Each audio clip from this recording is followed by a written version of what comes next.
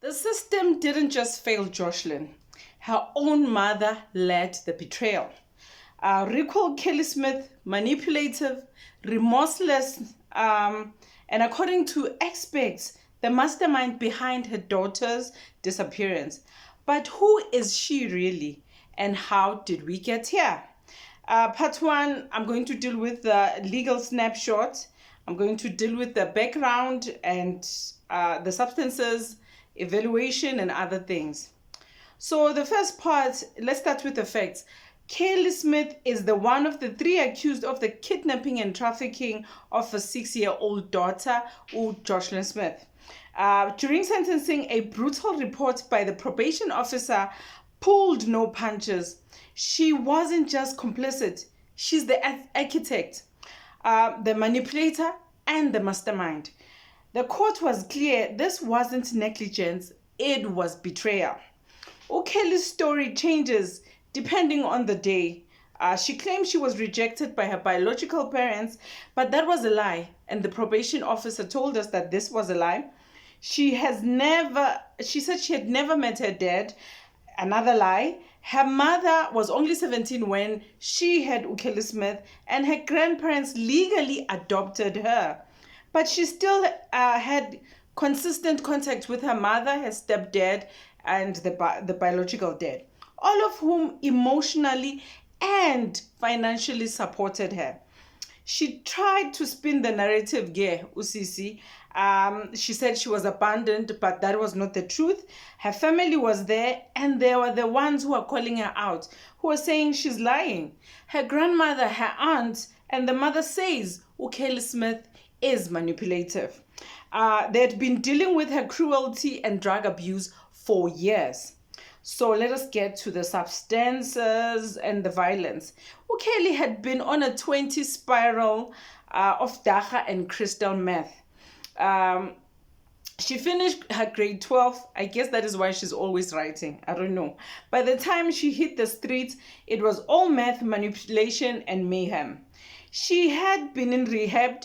She was kicked out of homes and reported for child abuse. She was reported for child abuse. She verbally, emotionally, physically abused her own grandmother, and the grandmother had to evict her. She slapped her kids. She screamed at her elders. The files are loaded with accusations of verbal and physical abuse, and the courts believe them. Even when she was in shelters, her calm demeanor only showed up when sober and supervised.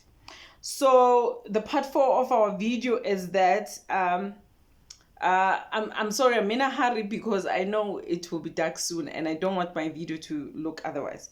But yeah, Kelly Smith admitted she was on high meth when Joshlin vanished. She even admitted she got meth for herself and the co-accused. That means on the day of the nation was searching for a missing little girl, her own mother was high and helping others to get high too. To this day, she denies her involvement. She says the court is biased. She blames the lawyer, saying that the lawyer is incompetent. Hey, interesting. She claims Joshlin is alive and possibly trafficked. She won't take accountability, not even a shred. Guys, this woman, she's deep, I'm telling you. So on the evaluation, the probation officer didn't mince his words. He said Kelly isn't fit to be a parent, and her remaining children need to be raised in stable homes. Her behavior is irreliable, her concern non-existent, and her pattern of abuse is dangerous. Bottom line, Kelly Smith isn't some misunderstood victim. She is a calculating woman who weaponized her child's vulnerability for her own benefit.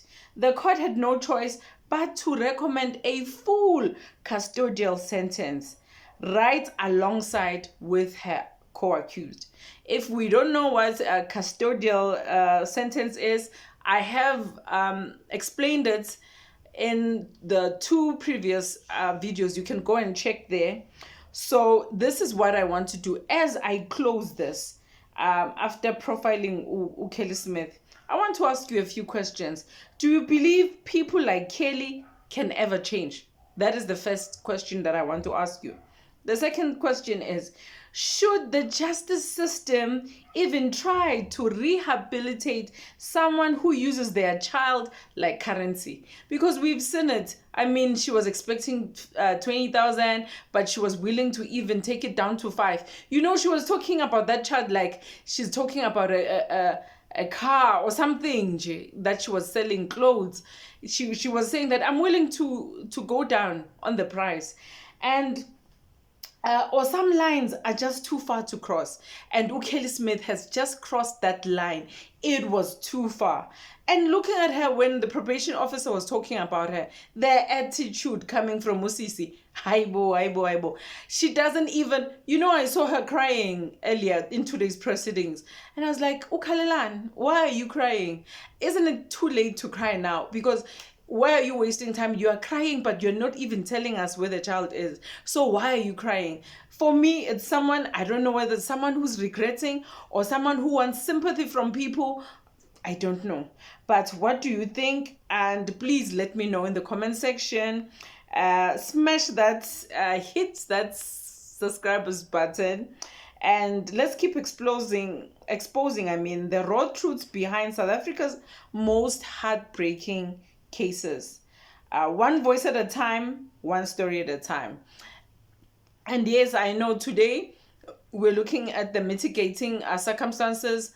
We have heard how the witnesses, the community was concerned, how they were looking for this child. And the first witness who said she was